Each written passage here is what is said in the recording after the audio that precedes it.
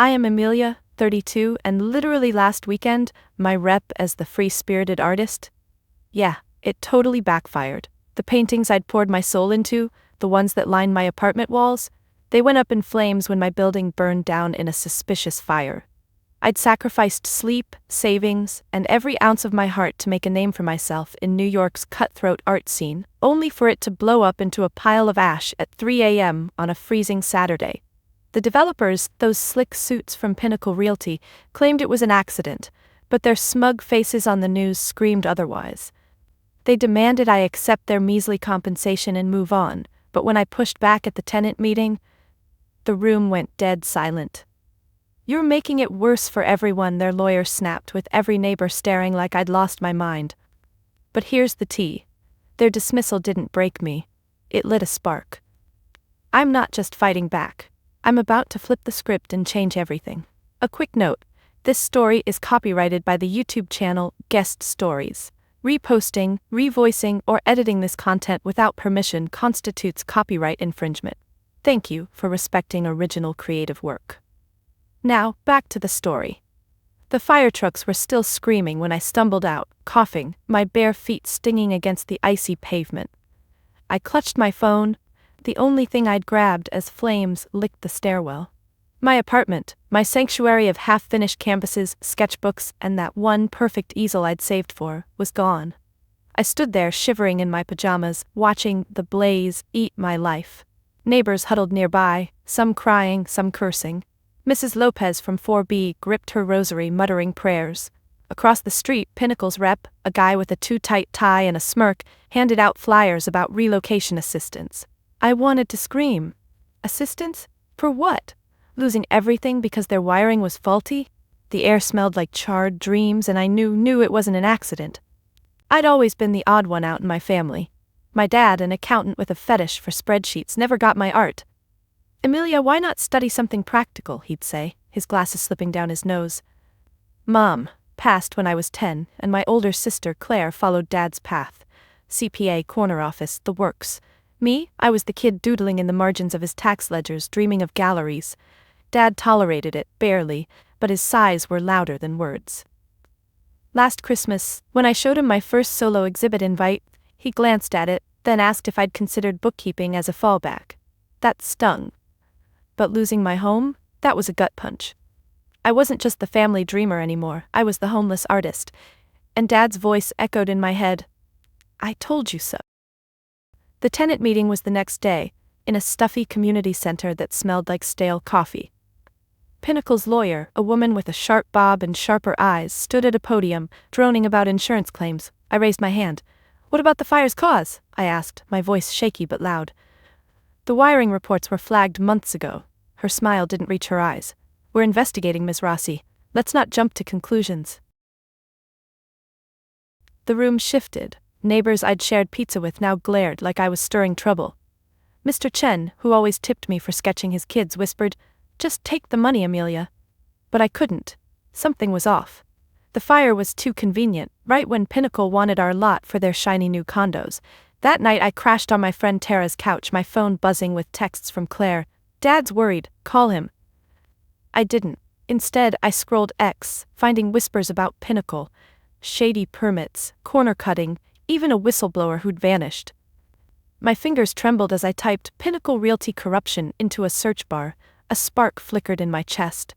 Art had always been my escape, my way to process pain. But now? Maybe it could be more. Maybe I could paint the truth, expose their lies. I wasn't just Emilia, the screw-up artist. I was Emilia, and I was done being invisible. Tomorrow, I'd call Dad, face his judgment. But tonight, I grabbed Tara's spare sketchpad and started drawing. A jagged skyline, flames licking upward, and Pinnacle's logo crumbling. This was my fight now. As my pencil scratched across the paper, the lines blurring in the dim light of Tara's living room, memories flooded in uninvited, like smoke seeping under a door. I paused, the tip hovering, and let my mind drift back, not too far, just enough to trace the cracks in my relationship with Dad. It wasn't one big blowout, it was 1,000 tiny dismissals, stacking up over years until they formed this wall between us.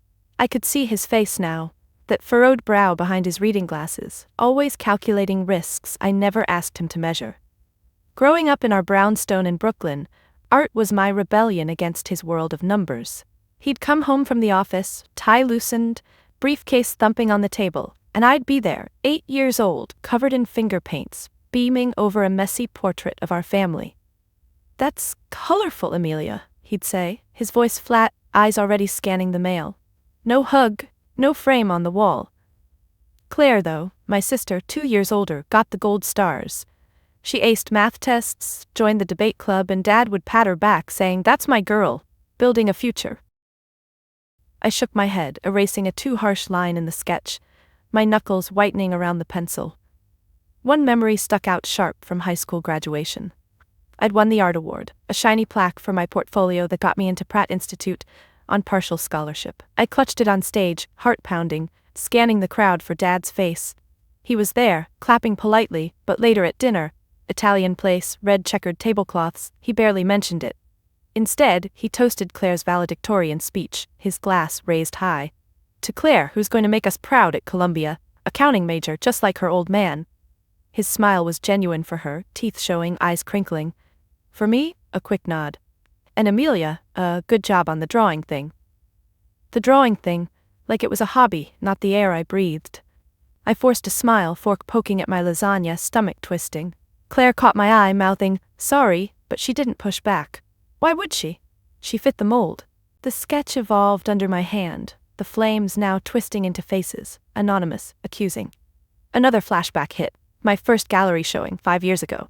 I'd invited the family, nerves buzzing like live wires. It was a small space in Chelsea, walls alive with my abstracts, vibrant cityscapes capturing New York's chaos. Friends milled about, sipping cheap wine, praising the depth. Dad arrived late, suit rumpled from work, Claire trailing with her briefcase. He wandered the room, hands in pockets, stopping at each piece. I hovered nearby, waiting. "Interesting," he muttered at one, a swirl of reds and blacks I'd called urban pulse. Then, nothing. No questions, no pride. At the end, he pulled me aside by the cheese platter. "Emilia, this is creative. But have you thought about stability? Art doesn't pay bills." His fingers drummed on his thigh, a habit when he was uncomfortable. I bit my lip, heat rising in my cheeks. "Dad, this is my career." "People bought pieces tonight." He sighed, adjusting his tie. "Freelance isn't a plan. Look at Claire, she's got a firm now, benefits, retirement." Claire, overhearing, chimed in lightly. "Yeah, maybe a side gig." I nodded, swallowing the lump, but inside it burned. They left early. I stayed, smiling for strangers, feeling smaller than my smallest brushstroke. I flipped the page in the sketchpad, starting fresh, my breaths coming quicker. College years were the worst for that invisibility. I'd call home from dorms, excited about a professor's praise on my thesis project, a series on immigrant stories, raw and real. Dad would listen half-heartedly, then pivot. "Claire just closed a big audit, she's killing it." His voice lifted for her, animated, detailing her promotions. For me, "That's nice, kiddo, keep at it." No follow-ups, no visits to my shows. Once, I mailed him a print, a peaceful landscape, something safe, not too out there. It came back weeks later, tucked in a holiday card. "Thanks, but no wall space." I stared at that card, fingers tracing the edges, tears blurring the ink. Claire tried bridging it sometimes, texting me, "Dad means well, he's just worried." But worry felt like erasure. My achievements vanished in his shadow of practicality, while Claire's were spotlit, celebrated with dinners, proud posts on his ancient Facebook. Deeper still, the holidays amplified it. Thanksgiving last year, turkey carving, Dad at the head, beaming as Claire recounted her latest client win. I shared about landing a mural commission for a community center. "Big deal, public art." He nodded absently, carving another slice. "Mural, huh? Pays well?" When I said it was pro bono for exposure, his fork paused midair, eyes narrowing. "Exposure doesn't buy groceries, Emilia." Claire laughed it off, changing topics, but I saw her glance, pity mixed with relief she wasn't the target. I pushed food around my plate, appetite gone, fists clenched under the table. That night, alone in my old room, I sketched furiously, channeling the hurt into bold strokes. It was always like this. My passion dismissed as whimsy, Claire's as wisdom. Dad's love came conditional, tied to ledgers and logic, not colors and creativity. As dawn crept in through Tara's blinds, my hand cramped from drawing, the pages filled with raw energy. These memories weren't just pain, they were fuel now. The fire had stripped me bare, but it also cleared the fog. Dad's invisibility treatment had taught me resilience, to create without applause. Tomorrow's call wouldn't be begging for help, it'd be stating facts. Pinnacle wasn't just burning buildings, they were burning lives, and I wouldn't let Dad's doubt douse my fire. I set the sketchpad down, muscles aching, and curled up on the couch. Sleep came fitful, dreams of flames and forgotten canvases, but underneath a resolve hardened, this history of being overlooked. It ended here. Waking up on Tara's couch, the morning light slicing through the blinds like accusations, I felt that resolve from the night before solidify into something sharper. My phone buzzed on the coffee table. Claire again. Call Dad soon, he's freaking out. I ignored it, my thumb scrolling instead to those X threads about Pinnacle. One post caught my eye, a blurry photo of a construction site, caption ranting about cut corners and bribes. It hit me then, that aha punch to the gut. Art wasn't just therapy, it could be a weapon. I'd always sketched the city's underbelly, graffiti walls, forgotten alleys, but what if I turned it investigative, exposed the rot behind the gloss? My hands shook as I grabbed the sketchpad again, flipping past last night's flames to a blank page. I drew a building, not mine but similar, facades cracking, shadows of suits lurking. This wasn't whimsy, this was truth-telling. The idea sparked hot, urgent, like the fire itself had ignited it.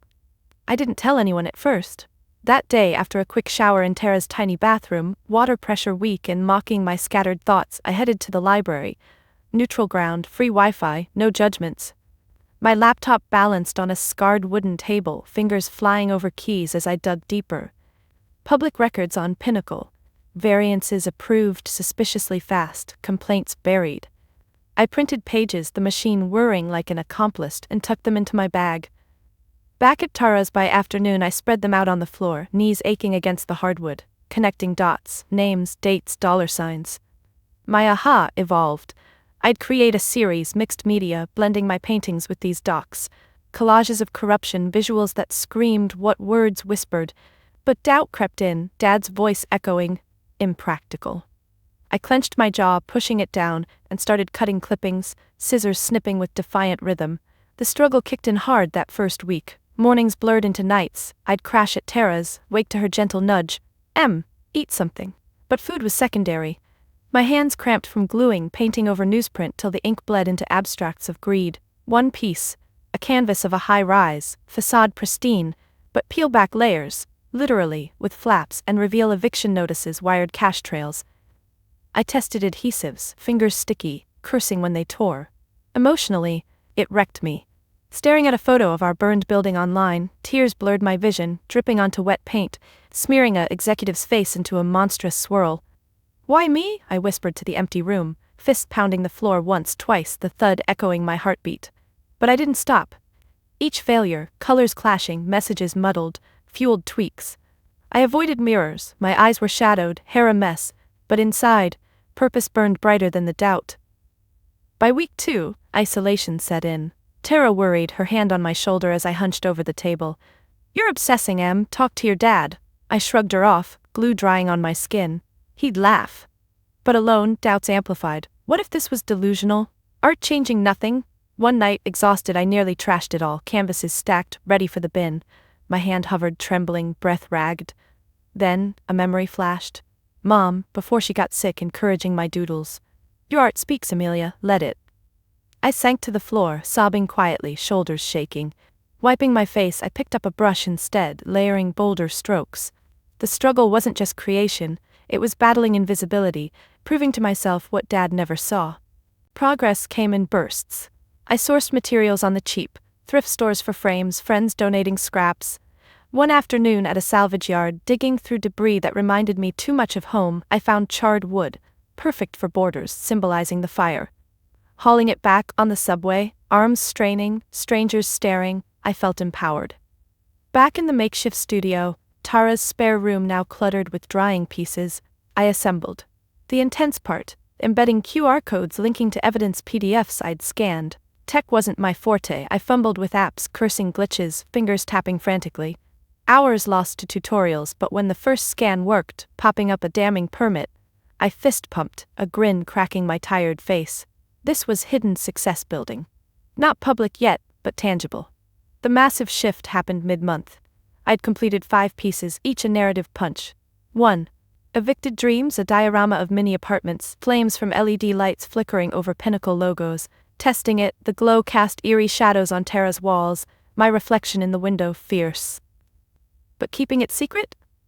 That was the grind. Neighbors texted about claims, I replied vaguely, hiding my fire-driven mission. Dad called once, I let it voicemail, his voice strained. Emilia, we need to talk. Guilt twisted, but I channeled it into work. The struggle peaked during a breakdown. Paint everywhere, me on the floor, hyperventilating. This won't fix anything, I gasped, hands clawing my hair. Then, calm washed over. It already had. Creating this gave me agency, turned loss into legacy. The hidden success crystallized at an underground art meetup I'd snuck into, pieces wrapped in trash bags. Not showing fully, just teasing to a curator friend, Lena. Her eyes widened behind chunky glasses, fingers tracing the edges. This is explosive, galleries would kill for it. I pulled back, heart racing. Not yet, but her nod validated. This was massive, a body of work that could go viral, hold power accountable. Back home, unpacking, I arranged them against the wall, stepping back, the series Ashes of Ambition pulsed with life, my pain alchemized. Struggle over? No, but the aha had birthed something unbreakable. I'd built this in shadows, away from Dad's skepticism, proving my art's worth. As weeks turned, the secret grew heavier. Success bittersweet without sharing, but it armored me for what came next. Tomorrow I'd face Dad, not as the overlooked daughter but as someone with fire in her veins, and evidence in her art. The pieces dried overnight, scents of acrylic lingering, my hands finally still. Sleep came easier, dreams of exposure not erasure. Morning light filtered through Tara's curtains, pulling me from those dreams of exposure. The kind where my art hung in galleries that doubled as courtrooms, pinnacle execs squirming under the spotlight. I blinked awake, the scent of drying paint still clinging to the air, a reminder of the secret series tucked away in the corner. My phone glowed with missed calls. 3 from Dad, 1 from Claire, and a new email from Lena, the curator. Your Ashes series? It's breakthrough material. Let's talk exhibition soon, this could blow up. My heart skipped, fingers tracing the screen. Breakthrough. After months of hidden toil, it was on the verge, galleries sniffing around, whispers of grants for activist art. But today wasn't about that high, it was the low of facing Dad. The meeting I'd dreaded since the fire, now unavoidable. He'd insisted in his voicemail, Emilia, come over, we need to discuss your situation. His pause said it all, impractical choices, homelessness as proof. I swung my legs off the couch, feet hitting the cool floor, toes curling against the chill. Tara was already in the kitchen, clinking mugs, her back to me as she poured coffee. You gonna call him back? She asked without turning, voice soft but probing. I nodded even though she couldn't see, my throat tight. Yeah, meeting him this afternoon. She handed me a steaming cup, her eyes searching mine, brows knitting. Want company? I shook my head, sipping the bitter brew, the heat grounding me. No, this was mine to handle. Reluctantly I texted Dad, 3 p.m. at your place? His reply buzzed instant, fine. One word loaded. Preparation started slow, deliberate, like arming for battle. I showered, water pounding my skin, steam fogging the mirror. Wiping it clear, I stared at my reflection. Dark circles under eyes, hair tangled from restless sleep. Get it together, I muttered, combing through knots with forceful tugs, each pull a vent for the anxiety bubbling. What would he say? I warned you? Or worse, offer help laced with conditions? I dressed in layers, jeans, a simple tee, my worn leather jacket. Nothing flashy, nothing that screamed artist in crisis. Micro movements mattered. I adjusted the jacket's collar twice, smoothing it flat, avoiding the mirror's judgment. In the living room, I packed a small bag, notebook, a single sketch from the series, a subtle one, buildings crumbling under weighty contracts. Maybe I'd show him, maybe not. My fingers lingered on it, paper crinkling, a talisman against his doubt. As noon hit, nerves ramped up. I paced Tara's apartment, steps measured, heels clicking on wood then muffled on rug. Each loop stirred memories. Not deep dives, just flashes. Dad's office, cluttered with files, me as a teen begging for art supplies, him countering with budget lectures. Stability first, Emilia. I stopped at the window, palms pressing glass, cool against heated skin. Outside, New York buzzed, taxis honking, pedestrians dodging. My life now mirrored that chaos. Homeless, crashing here, possessions reduced to a duffel. The exhibition tease from Lena? It dangled like a lifeline, but unshared it felt fragile. I checked my phone again. 2 p.m. Time to go. Tara hugged me at the door, her arms tight. You're stronger than you think. I squeezed back, chin on her shoulder, blinking away moisture. The subway ride to Brooklyn was a blur of jolts and strangers. I clutched the pole, knuckles white, swaying with the car. Seats filled with commuters buried in phones. I envied their normalcy.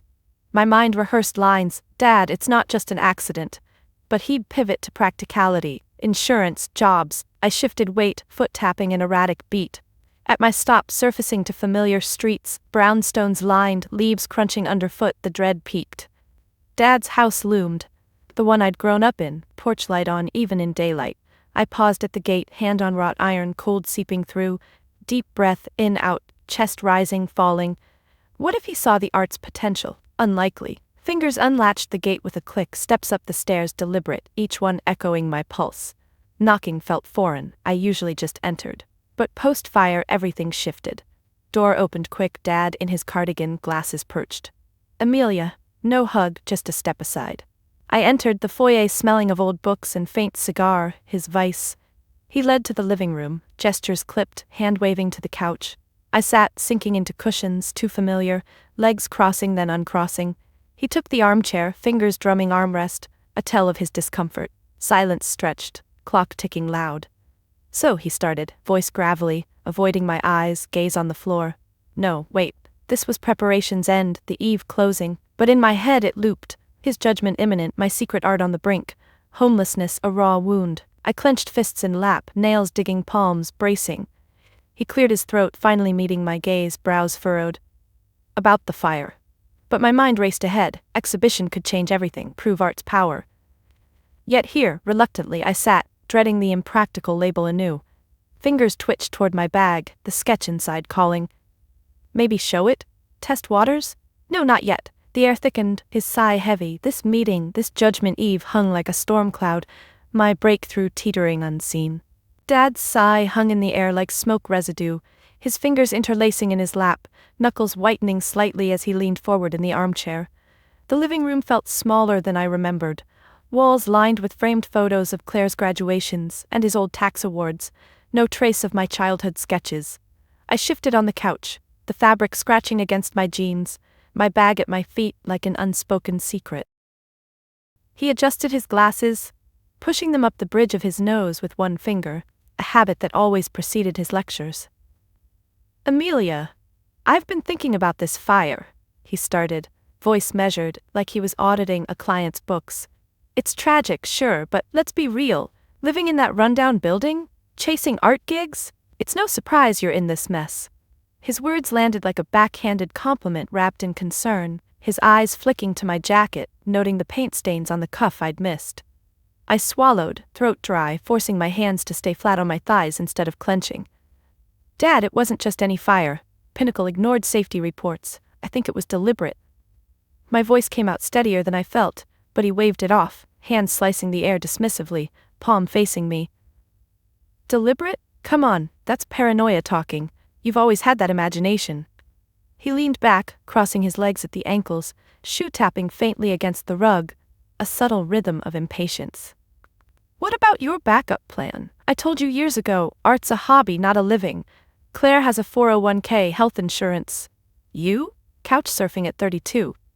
The condescension dripped, his tone like he was explaining basic math to a child, brows arching expectantly. My cheeks heated, a flush creeping up, and I averted my eyes to the coffee table, tracing the grain of the wood with my gaze to avoid his. Fingers dug into my palms, nails biting skin, grounding the rising frustration. I've sold pieces, Dad, had shows, it's not nothing. But he chuckled softly, not unkindly, more pitying, head tilting as he reached for his mug on the side table, taking a slow sip, steam curling up. Shows? In those pop-up spaces? Backhanded compliment, kiddo. You're talented, sure, but talent doesn't pay rent. Remember that mural you did for free? Exposure, you called it. He set the mug down with a clink. Louder than necessary, his free hand gesturing vaguely toward me. And now look. Everything gone. If you'd listened, studied accounting like I suggested, you'd have stability. The barrage kept coming, each question a probe, his voice gaining momentum like a spreadsheet filling with red flags. What were you even doing in that apartment? Hoarding supplies instead of saving? I opened my mouth, but he continued, finger pointing loosely. And your friends? Tara, right? She's got a real job, doesn't she? Graphic design or something practical. His eyes narrowed, scanning my face for reaction, lips pursing when I didn't immediately agree. I uncrossed my legs, foot jiggling now, the movement betraying my calm facade. Micro moments stacked, his slight lean away as if my impracticality was contagious, the way he avoided saying I'm sorry directly, opting for advice instead. Dad, this isn't about my choices, the company. He interrupted, hand rubbing his chin, stubble rasping. Companies cut corners, Emilia, that's business, but you? No nest egg, that's on you. I felt the weight, shoulders slumping a fraction, but I straightened, spine pressing against the couch back. His compliments twisted knives. You're creative, I'll give you that, always were, but creativity without structure, it's chaos. He smiled faintly, thinking it softened the blow, teeth barely showing. My breath quickened, chest tightening, and I glanced at my bag again, the sketch inside burning a hole. Show him? No, not amid this. What if I prove it? The fire was suspicious. My words rushed, hands gesturing now, palms up. He sighed again, deeper, fingers drumming the armrest faster. Proof? From what, your hunches? Stick to painting, not detective work. The condescension peaked, his gaze softening to pity, head shaking slowly. Time stretched, the clock's tick amplifying, my pulse matching it. He pivoted to questions about logistics. How much did you lose? Inventory? You didn't insure it all, did you? Each query peeled layers, exposing vulnerabilities I'd hidden. I answered curtly, everything, Dad. No, not fully. My voice cracking once, throat bobbing as I swallowed pride. He nodded sagely, as if confirming his worldview, elbow on the armrest, chin in hand. See? Practicality matters. Claire would have had backups. The comparison stung fresh, fingers twitching to defend, but I held back, lips pressing into a line. His backhanded praise continued. You're resilient, bouncing from this. But resilience without planning? Foolhardy. The gauntlet wore on, his posture unchanging, me sinking deeper into the cushions, defenses eroding. Finally a pause. He stood, pacing to the window, hands clasped behind back, staring out at the street. Emilia, I love you, but this path, it's led here. Turning, his eyes met mine, steady, expectant. I nodded faintly, not agreement, but acknowledgement, my own hands now clasped, knuckles pale. The initial barrage had landed, leaving me raw, but beneath that spark from the art flickered. Endure this, then fight.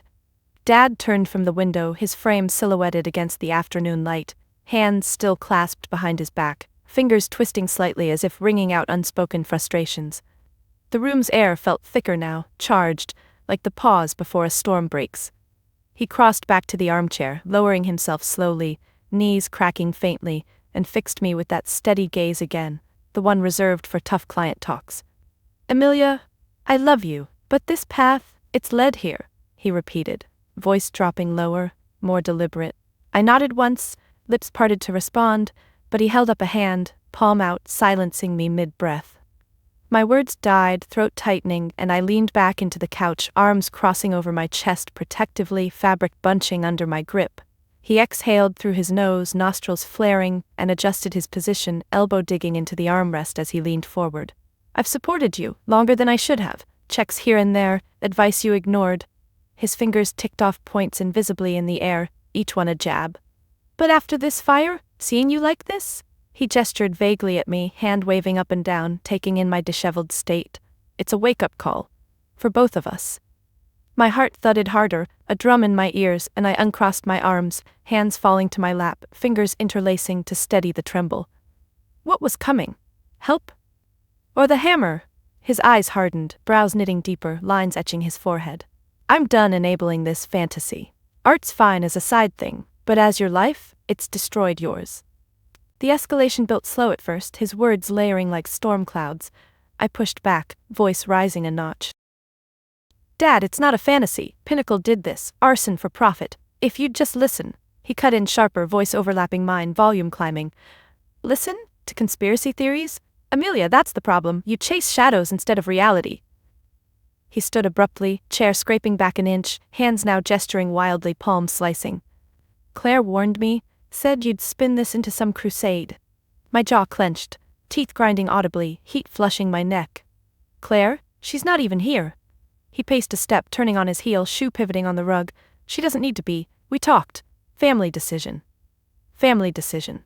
The words hung, my stomach dropping, fists balling in my lap, nails digging crescents into palms. He stopped pacing, facing me squarely, shoulders squared like he was delivering a verdict in court. We're cutting you off, Emilia, financially, emotionally, whatever it takes for you to grow up. The formal announcement landed like a slap, his voice steady but edged, eyes locked on mine without blinking. I froze, breath catching, body going rigid against the cushions. Cut off? From what little ties remained? What does that mean? I whispered, voice cracking, leaning forward now, elbows on knees. He didn't flinch, just enumerated, finger counting again. No more loans, no crashing here if Tara kicks you out. And those holiday invites? Conditional on change. His hand dropped, slapping his thigh lightly, a punctuation. Get a real job, accounting clerk, anything stable, or don't bother calling. Emotions surged, raw and unchecked. Tears pricked my eyes, but I blinked them back furiously, lids fluttering. You're disowning me over a fire I didn't cause? My voice pitched higher, hands gesturing now, palms up in plea. He shook his head, lips pursing, stepping closer, looming slightly. Not disowning, tough love. You've leaned on us too long. Us, him and Claire, the practical duo. I stood then, legs shaky, knees locking to hold me up. Leaned? I've built my own way. But he countered quick, voice booming. Built? Into ashes. That's what art got you, nothing.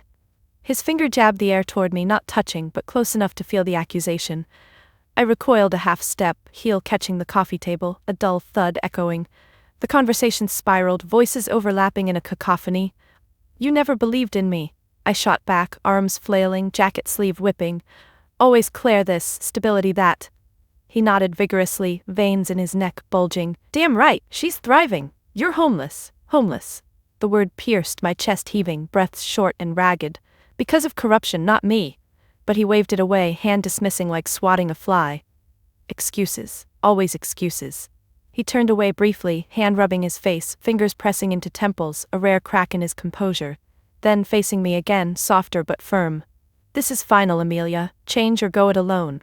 I sank back onto the couch, deflated, hands covering my face, fingers pressing into skin, muffling a sob that escaped anyway.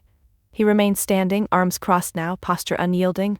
The room spun slightly, clock ticking louder, mocking the silence that followed. Disowned, officially. No safety net, no family buffer. My mind raced, art series, exhibition tease, but here it felt futile. He sighed, deflating a bit, shoulders slumping. I don't want this, but it's for your good. For my good. The hypocrisy burned. I lowered my hands, back glaring through wet lashes. My good, or yours, to not deal with the embarrassment? He didn't answer immediately, just stared, eyes softening fractionally, but resolve intact. Fingers drummed his crossed arms, a restless beat. Both, maybe. Honesty, raw. I wiped my cheeks with sleeve cuffs, fabric dampening, sniffing back the flood. The escalation peaked, leaving wreckage, trust fractured, bonds severed. So that's it? I murmured, voice small, standing again, bag strap over shoulder. He nodded once, chin dipping. Until you choose different. The verdict echoed, final, my steps toward the door heavy, hand on knob, twisting slowly. But I paused, back to him, shoulders tense. One last glance over shoulder, his face, a mask of regret and rigidity. Then, out, door clicking shut, the sound like a gavel. The door's click echoed in my ears as I stepped onto the porch. The sound final like a lock turning on our fractured bond. My hand lingered on the knob a second longer, cold metal biting into my palm, before I released it and descended the steps. Each one thudding under my boots like accusations. The street blurred through unshed tears, brownstones lining up indifferently, leaves skittering across the sidewalk in a crisp breeze that did nothing to cool the burn in my chest. Disowned. The word looped, heavy, my shoulders hunching forward as if carrying its weight. I wiped my sleeve across my eyes roughly, fabric scraping skin, sniffing back the sob that threatened to escape. Dad's face flashed, regret flickering but resolve steel, and I quickened my pace, heels clicking faster, putting distance between us. What now? Tara's couch, sure, but beyond? The art series hidden away felt mocking now, a fantasy he'd called it. My bag bumped against my hip, the sketch inside a silent reminder of unshared potential. Halfway down the block, my phone buzzed in my pocket, vibrating insistently against my thigh. I ignored it at first, assuming Claire or him, fingers clenching around nothing as I walked, but it persisted, a second buzz, then a third. Urgent, not the single ping of a text. I paused under a street lamp, the early evening shadow stretching long, and fished it out, screen lighting my face, unknown number, local area code. My thumb hovered over decline, nail chewed ragged from stress, but something, intuition, desperation made me swipe accept. Hello? My voice came out hoarse, cracked from the argument, throat raw. I cleared it, swallowing hard, Adam's apple bobbing. Emilia? It's Javier from 2C, the building. His voice rushed, accented with that Puerto Rican lilt, breathless like he'd run to call. Javier, quiet guy, fixed bikes on the stoop, always nodded hello. We'd barely spoken beyond pleasantries. I leaned against a brick wall, rough texture grounding me, free hand pressing the phone tighter to my ear. Javier, what's up? Background noise filtered through, murmurs, papers shuffling, a distant siren that made my stomach twist. Listen, I didn't know who else to call. You were asking questions at the meeting, about the fire not being accidental. His words tumbled faster, pitch rising. My heart stuttered, pulse quickening in my wrists. Yeah, I was. Why? He paused, breath audible, then lowered his voice, conspiratorial. I found something, in the rubble, went back today, poking around before they fence it off. A canister, like for accelerant, half buried, and papers, emails printed from Pinnacle. Dates matched the wiring complaints. They knew Emilia, planned it. The revelation hit like a spark to dry tinder, my breath catching sharp, eyes widening. Concrete evidence, not hunches, not threads on X, physical proof. I pushed off the wall, standing straighter, free hand gesturing wildly though he couldn't see. Wait, what? Emails? Saying what? My voice pitched up, excitement edging out the humiliation's residue. He detailed it haltingly, words punctuated by nervous swallows, execs discussing clearing the site, bribes to inspectors, timestamps right before the blaze.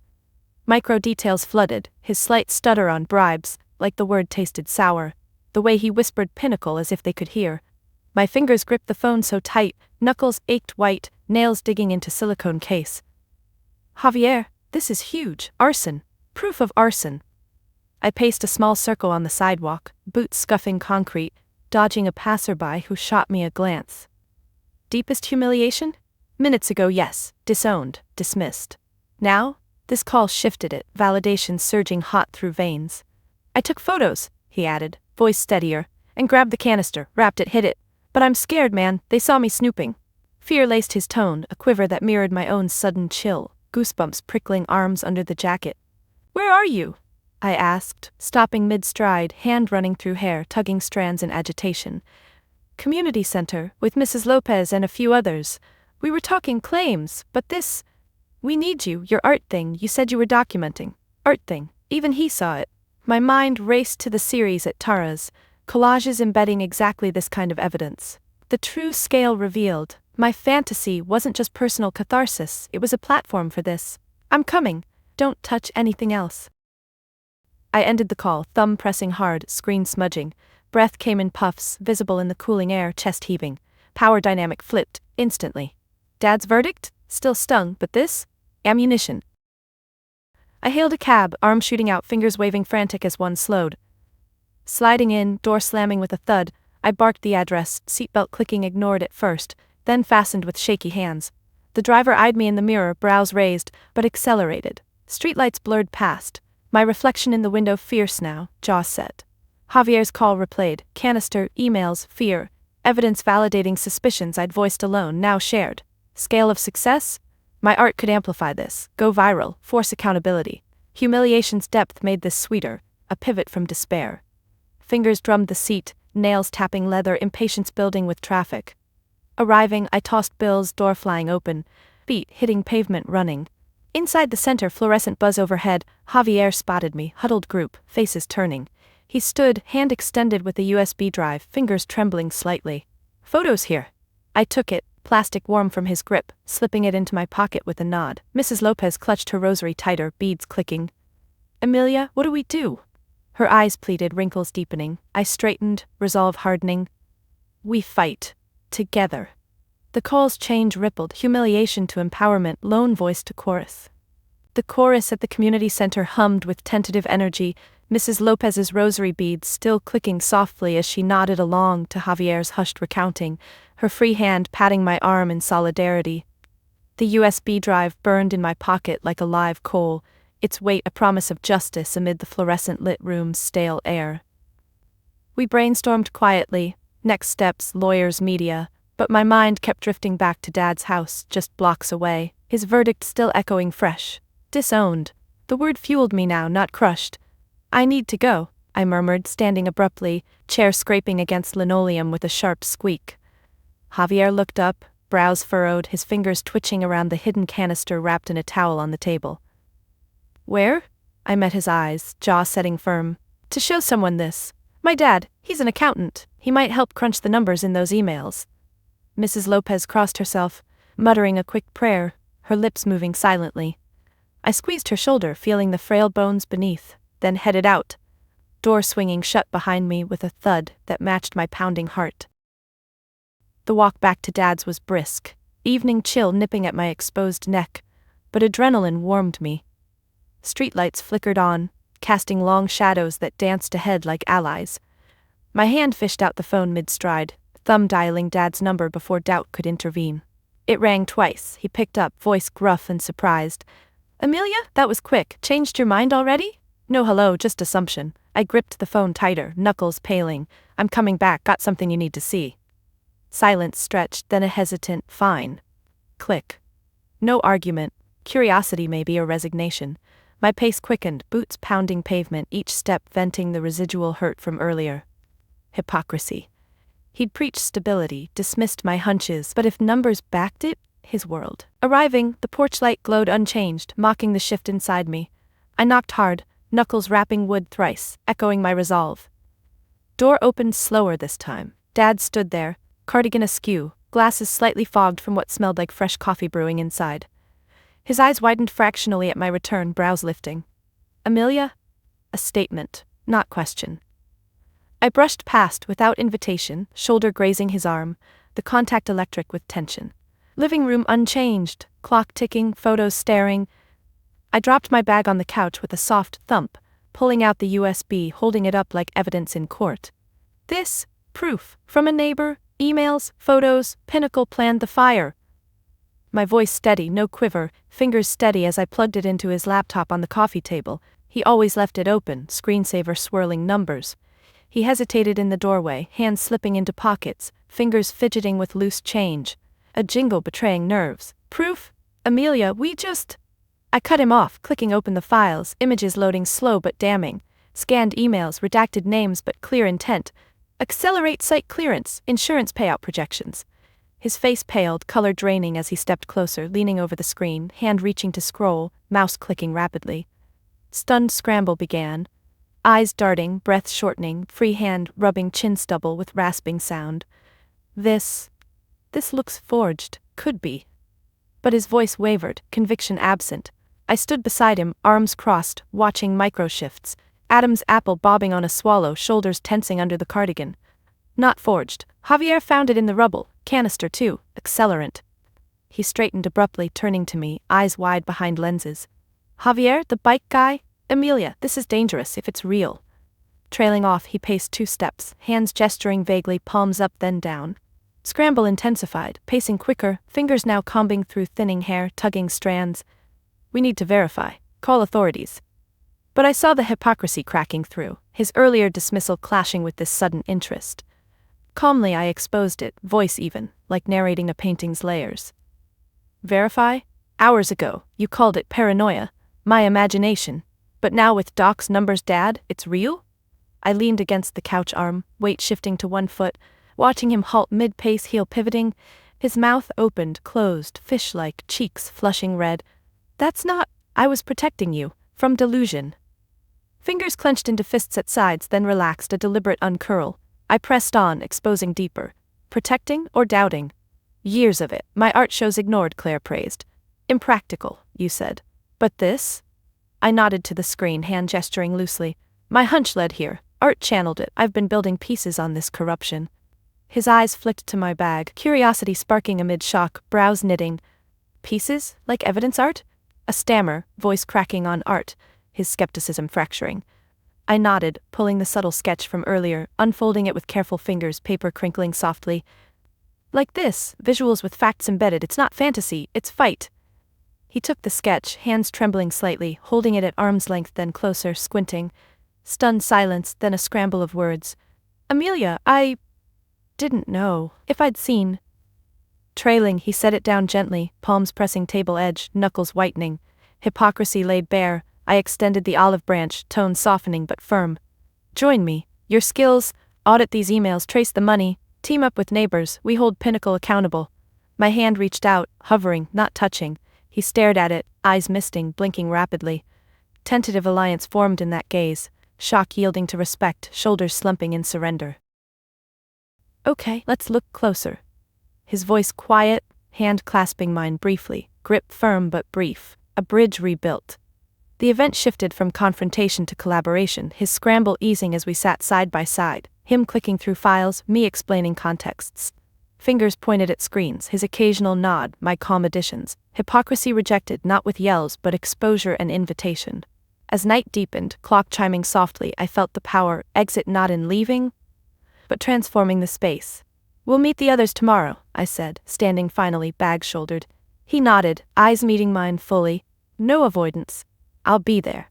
Door closed behind me gently this time, a powerful exit from old dynamics into new. Leaving Dad's house that night, the door's gentle close felt like a chapter turning, not slamming shut but easing into something tentative and new. The street was quieter now, lamps pooling yellow light on sidewalks cracked from years of neglect, much like our old building's foundation.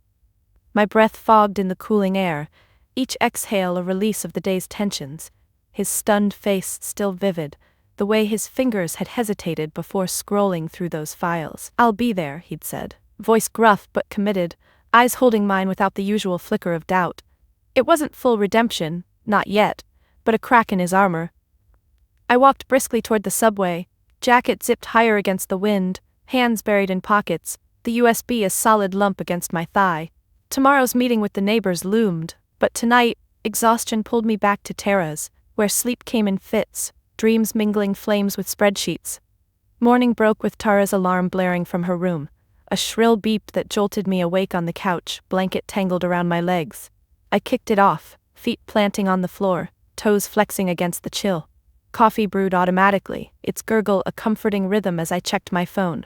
Texts from Javier, sent her at 10, bringing others. And one from Dad, what time? Simple, but it stirred something warm amid the wariness.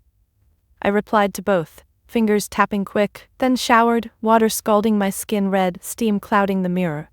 Wiping a streak clear, I met my reflection, eyes brighter, less shadowed. The gathering wasn't just strategy, it was solace. A contrast to the cold dinners where Dad's praise skipped me like a stone over water.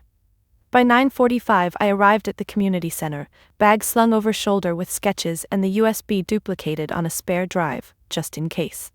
The door creaked open to familiar faces. Javier, Mrs. Lopez, Mr. Chen, and a few more displaced souls from our building, about 8 in total, clustered around a folding table scarred from years of meetings. Coffee urn hummed in the corner, styrofoam cups steaming. Javier spotted me first, standing with a nod, his hand extending in a quick shake, palm calloused from bike repairs. Emilia? You made it? His voice low, eyes darting to the door as if expecting shadows. I set my bag down with a soft thud, pulling out chairs that scraped linoleum, the sound echoing in the sparse room. We settled in a loose circle, knees bumping under the table, the air thick with shared loss, scents of cheap coffee mixing with Mrs. Lopez's faint rose perfume. She reached over, patting my hand, her fingers cool and veined, rings loose from recent weight loss. Mija, you look better. Sleep? I squeezed back, feeling the tremble in her grip. Some, Dad's coming. Murmurs rippled, surprise, skepticism. Mr. Chen adjusted his glasses, pushing them up with a knuckle, brows furrowing. The accountant? Thought you said he didn't believe. I nodded, unfolding a sketch to pass around, paper whispering as hands took it. He does now. Evidence changed that. The gathering warmed gradually, voices overlapping in a heartfelt hum. Javier shared first, pulling the wrapped canister from his backpack, towel unfolding with careful tugs, revealing the scorched metal. Found this buried, smells like gasoline. Noses wrinkled as it passed my turn. I sniffed tentatively. Acrid burn hitting nostrils, confirming suspicions. Stories poured out, Mrs. Lopez on losing her late husband's photos, voice cracking, hand clutching her rosary, beads clicking rhythmically. All gone. But we fight, yes? Eyes met mine, pleading yet fierce. I nodded, throat tightening, free hand covering hers briefly, skin papery under my palm. Contrast hit sharp to those toxic family dinners. Dad at the head, carving turkey with precise slices, praising Claire's promotions, while my updates earned sighs, his fork pausing midair, eyes avoiding mine. Pass the potatoes, he'd say, changing subjects, leaving me poking at food, appetite soured, fists hidden under tablecloth. Here, no avoidance. Mr. Chen leaned in, sharing his kids' drawings saved on a phone, screen passed around, fingers swiping gently. They ask when we go home, his voice soft, chin dipping. We rallied, ideas flowing, petitions, media tips, art installations. My sketches circulated, hands lingering on details, nods approving, Javier's eyes lit, finger tracing a line. This exposed them visually, powerful. Dad arrived midway, door opening with a whoosh of outside air, his footsteps hesitant on the threshold. Silence fell, heads turning, my heart skipping as he entered, coat folded over arm, tie loosened. Emilia. A nod to me, then the group. I stood, chair pushing back, gesturing to an empty seat. Everyone, my dad, expert with numbers. He sat stiffly, knees angling away at first, hands clasping on table, knuckles pale. But as Javier slid the USB over, plastic scraping wood, Dad plugged it in his brought laptop, screen glowing. Let's see the financials. His voice businesslike, fingers typing swift, mouse clicking. The group leaned in, breaths held, my shoulder brushing Mrs. Lopez's. Genuine moments unfolded. Dad explaining a ledger trail, voice gaining warmth, hand pointing at screen, finger steady. See here, discrepancies in payouts. Javier whistled low, leaning closer, elbow on table. That's fraud. Nods rippled, Mrs. Lopez crossing herself.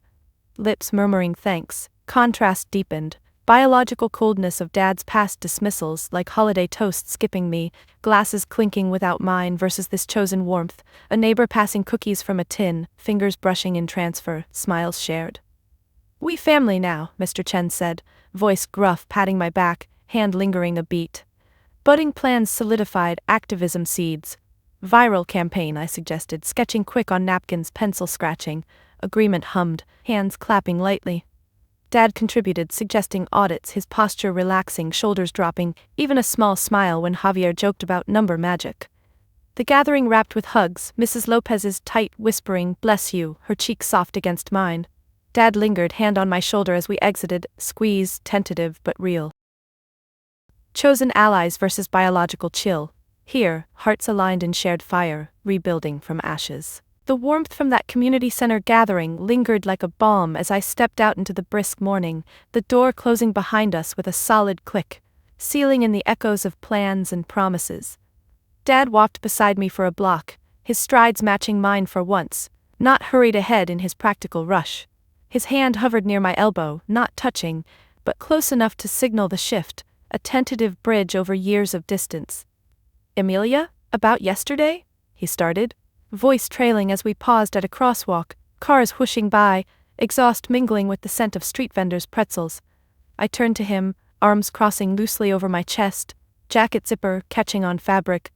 The aftermath of the fire, the disowning, the evidence, it all swirled, but here, in daylight, I needed to handle it head-on, establish boundaries before old patterns resurfaced. He shifted weight from one foot to the other, shoe scuffing the curb lightly, his fingers adjusting glasses that didn't need fixing. I was harsh. Seeing you like that, homeless, accusing companies, it scared me. His admission came halting, eyes flicking to the traffic light, avoiding mine. Scared. Not the word I'd expected from the man of ledgers and logic. My breath steadied, chest rising slow, and I chose words carefully, like selecting brushes for a delicate stroke. Dad, it hurt, being cut off like that, dismissed again. I uncrossed arms, hands gesturing open-palmed. But the evidence changed things. We collaborate now, but on my terms. My voice firm, no waver, fingers pointing loosely at my chest, then his. The light changed, beep signaling walk, but we stayed put, pedestrians brushing past, shoulders bumping mine lightly.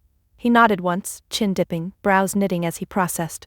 Your terms? A question, not challenge, his hand rubbing neck nape, skin rasping under collar. I nodded back. Stepping off the curb finally, him following, our paces sinking again. First, no more impractical jabs. Art's my strength, it's what got us here, visualizing the corruption. Sidewalk cracks passed underfoot, my boot avoiding one instinctively. He murmured agreement. Fair, voice low, fingers drumming thigh pocket, a nervous tick surfacing. We reached a corner cafe, steam wafting from vents, inviting despite the chill. I suggested coffee, hand on door handle, cool metal grounding. Inside, warmth enveloped, scent of grounds strong, counter chatter a backdrop. We ordered, black for him, latte for me. His wallet out first, but I waved it away, pulling cash from pocket, bills crinkling. My treat. Boundary 2, equal footing. No assuming I need saving. He pocketed wallet slowly, fingers lingering on leather, a small concession. We sat at a window table, chairs scraping tile, mugs clinking down. Steam rose from my latte, swirling as I stirred, spoon tinkling. And 3, respect the neighbors, they're family now. Chosen, we include them in decisions. My eyes met his over the rim as I sipped, foam clinging to lip, wiped with napkin fold. He leaned forward, elbows on table, wood creaking faintly under weight, hands cradling mug for warmth. Chosen family. Over us. A flicker of hurt in his eyes, pupils dilating slightly. I set mug down gently, no slam, fingers tracing handle curve. Not over, just alongside. You've doubted me forever. They believed from the start. The aftermath handling unfolded in this conversation, raw but controlled, my internal resolve hardening with each point. He sighed, breath fogging his mug's edge, shoulders slumping a fraction. I get it. Claire and I, we pushed too hard. Claire. Her name stirred the pot. I leaned back, chair legs shifting. About Claire, tell her the same, no interventions, if she wants in, she earns it. His response came measured, fingers interlacing around mug, knuckles paling. She means well, but yeah, I'll talk to her. A promise, eyes holding mine steadily now, no evasion. We delved deeper. Rules for collaboration, weekly meets at the center, not his house, art integrated with his audits, not sidelined. Your spreadsheets map the money, my installations tell the story, I said, hand sketching invisible lines on the table, fingernail tapping wood. He nodded vigorously, enthusiasm creeping, hand gesturing too. Synergy, numbers and narrative. A smile tugged his lips, teeth showing briefly. Rare, genuine warmth. But boundaries weren't just words. Micro-actions enforced them. When he reached to pat my hand, paternal habit, I pulled back slightly, palm flat on table instead. We're partners now, Dad. Not parent-child in this. His hand retracted, fingers curling into loose fist, then relaxing. Understood. The shift felt tangible, air lightening, my posture easing, shoulders dropping. Internally, realization bloomed. This fortress wasn't walls against him, but gates I controlled. Aftermath of disowning? Transformed from wound to wisdom. Coffee cooled, sipped slower, conversation pivoting to logistics. Pinnacle's weak points, media contacts. I'll crunch the emails more tonight, he offered, notebook out, pen clicking open, scribbling notes with precise strokes. As we finished, mugs empty, rings of residue inside, I stood first, chair pushing back. Thanks for listening. My hand extended for shake, not hug, professional seal. He took it, grip firm, brief pump. Proud of you, Emilia. Words I'd craved, but now on my terms they landed true. Outside we parted, him to office, me to Tara's for art tweaks. His wave as he turned, hand raised high, fingers splayed. I waved back, smaller motion, then continued, steps lighter. New rules engaged, respect mutual, engagement earned. The realization settled deep, no more invisibility. I dictated the narrative now. Afternoon blurred into action. Texts to group confirming boundaries echoed. Team decisions, all voices. Replies buzzed affirmative, thumbs up emojis. At Tara's I unpacked canvases, brushes clattering, painting with renewed focus, strokes bold. Dad's text later, files analyzed, call? I replied tomorrow at center. Boundary held. Evening reflection on couch, legs tucked, notebook in lap, pen hovering. Handling aftermath meant reclaiming power, not revenge. Fortress built, secure. Evening's reflection on Tara's couch deepened as I set the notebook aside, its pages filled with doodles of potential installations, bold lines intersecting like the paths we were forging against Pinnacle. The pen rolled from my fingers, clattering softly onto the coffee table, a small sound that echoed the quiet resolve settling in my chest. Boundaries with Dad were set, the group energized, but now came the real work, channeling my art into something bigger, a viral force that reclaimed not just my life from the ashes, but our collective story. The primary event unfolded over the next few days, centered on creating Ashes Rising, the centerpiece installation. A massive mixed-media piece that would expose Pinnacle's corruption while transforming the Rossi name from Dad's sterile accounting legacy to one of resilient justice. It wasn't scattered efforts. It was this singular focus, pouring every ounce of my talent into one transformative creation, emotions raw and actions deliberate. It started in Tara's spare room, now fully claimed as studio, the air thick with acrylic fumes and the faint char of salvaged wood from the fire site.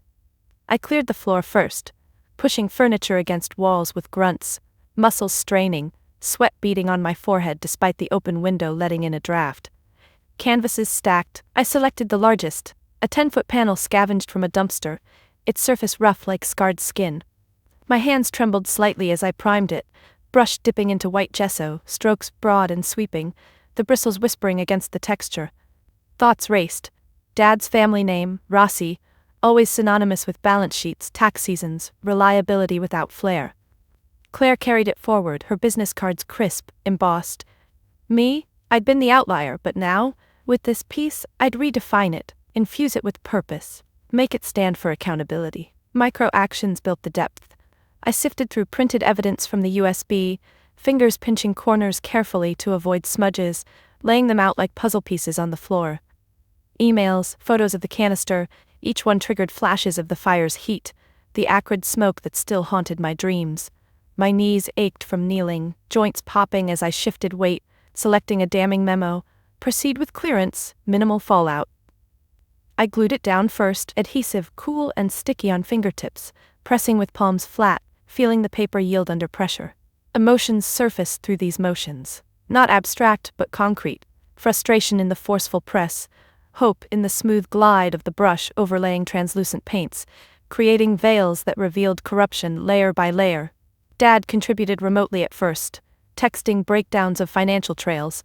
Discrepancy here, $50 unaccounted. I'd read them aloud to myself, voice echoing in the room, then incorporate, sketching ledger lines twisting into flames, pencil scratching furiously, eraser crumbs scattering like ash. One night, he dropped by unannounced, knocking softly, his frame filling the doorway with a tentative hunch. Brought printouts, he said, holding a folder, fingers creasing the edges. I nodded him in, wiping paint from hands on a rag, cloth twisting in grip. We spread the docs on the table, his pointer finger tracing figures, nails short and clean, while mine, stained blue, pointed to artistic integrations.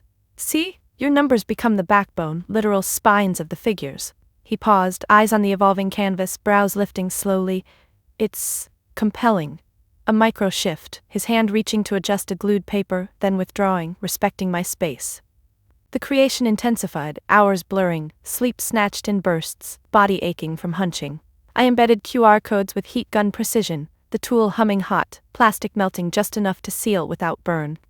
Internal thoughts churned. Was this enough? Reclaiming the legacy meant more than exposure. It was honoring Mom's encouragement, her soft, "Paint your truth, Emilia," before illness stole her. Tears pricked during one layer, brush pausing mid-stroke, droplet falling onto wet paint, blending into a streak I left intentional. A symbol of grief fueling fight. Neighbors filtered in for input, Javier with bike grease on hands, suggesting metallic accents from scrap. Mrs. Lopez blessing the piece with a whispered prayer, her rosary dangling, beads catching light. Their touches, fingers hovering, nods approving, wove community into the fabric, contrasting Dad's solitary accounting world. As the installation neared completion, virality seeded through previews. I snapped progress photos, phone clicking sharp, uploading to a private group chat. Feedback? Responses buzzed, emojis of fire and fists, Mr. Chen's powerful. But the core event was the unveiling prep, deciding placement. A pop-up in a vacant lot near the burn site, guerrilla style. I scouted it at dawn, feet crunching gravel, wind whipping hair across face, hands sketching sightlines in a notebook, pages fluttering. Back in studio, final touches. Layering gold leaf on Rossi scripted boldly at the base, flakes sticking to glue, my breath held to avoid scattering.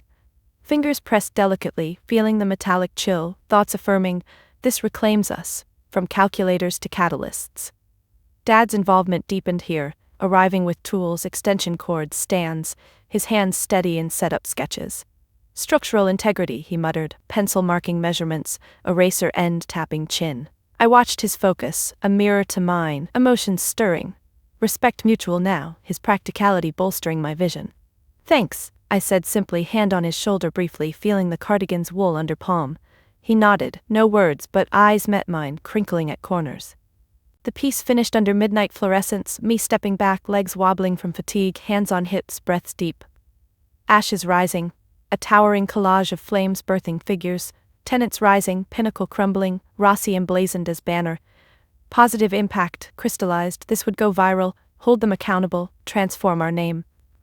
Legacy reclaimed on my terms, art's triumph, family's evolution.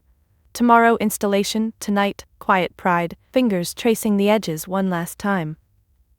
Morning sunlight streamed through Tara's window, casting elongated shadows across the finished ashes rising installation, now carefully wrapped and ready for transport to the pop-up site.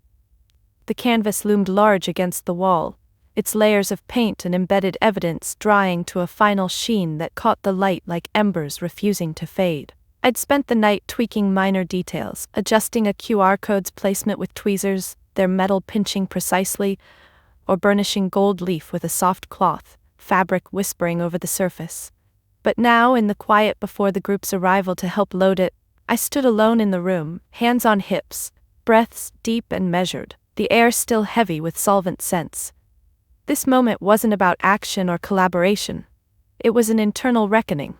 A profound realization washing over me as I stared at the piece, my reflection distorted in its glossy parts.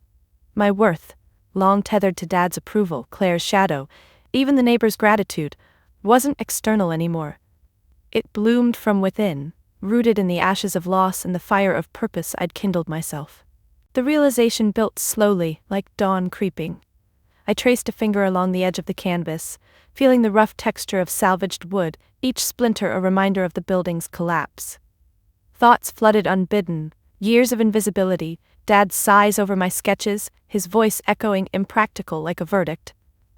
I'd chased validation through art sales, shows, but it always slipped away, leaving me hollow. The fire stripped that illusion bare, possessions gone, family ties frayed, forcing me to confront the void. But in rebuilding through secret collages and now this monumental work, I'd discovered a truth. My passion wasn't a flaw, it was my core. Fingers paused on the scripted Rossi, gold flaking slightly under touch, and I felt a shift, chest expanding as if breathing freely for the first time. Self-validation wasn't a sudden epiphany, it was this quiet acknowledgement, emotions raw in the solitude. Deeper, the journey replayed in fragments, Javier's call, that pivot from humiliation, Dad's tentative alliance, his hand clasping mine briefly. Yet, those were catalysts, not the source. I sank to the floor, back against the wall, knees drawn up, arms resting atop, hands dangling loose. The room's silence amplified internal whispers. You created this without permission, without praise. Tears welled, not sorrow, but release. Hot tracks down cheeks wiped with sleeve cuff, fabric absorbing salt. Worth internal, art as activism, not just survival but thriving. The struggle, cramped hands from gluing, breakdowns over doubt had forged resilience. Dad's respect now? A bonus, not the measure. I closed eyes, head tilting back, thumping softly against plaster, breath sinking with the city's distant hum filtering through the window. Opening eyes, the installation stared back, flames rendered in vibrant reds twisting into figures of strength. Tenants, me, even a subtle nod to Dad's ledger lines weaving through. Realization crystallized. Peace came from alignment, values lived, not sought. No more proving, I was enough. Fingers flexed, imagining brushes in hand, future pieces already forming. Series on urban justice, perhaps.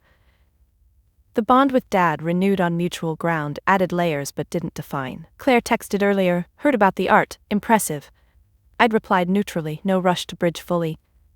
Peace, internal, a calm settling in bones, muscles unclenching for the first time in months. As group texts buzzed, Javier. On way with van. I stood, joints popping, stretching arms overhead, fingers brushing ceiling.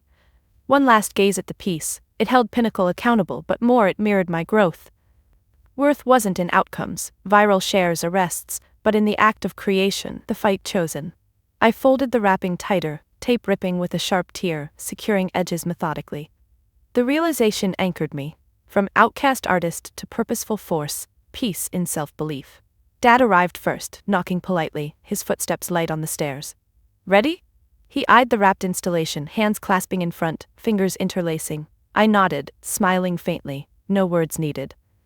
We maneuvered it down together, his grunts matching mine, muscles coordinating in silent harmony.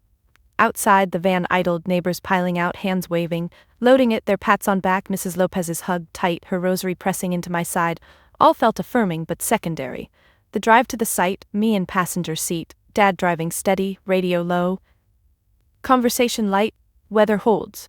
But inside, peace solidified, no anxiety, just certainty. At the lot, unveiling. Tarp pulled with collective tugs, fabric sliding away, revealing the piece to gasps. Phones out, snaps clicking, shares beginning. Viral potential hummed, but my focus inward, this was mine, worth intrinsic. Dad stood beside, arm brushing mine, a nod exchanged. Good work, simple, but eyes conveyed depth. I returned the nod, chin lifting, hands in pockets, fingers relaxed. The event buzzed around us, media tipped off, arriving with cameras, but I stepped back, observing, peace enveloping like a finished stroke. Journey's end, not revenge but reclamation, internal validation, the true victory. Reflection lingered as the day waned, sight alive with viewers, murmurs of outrage and support.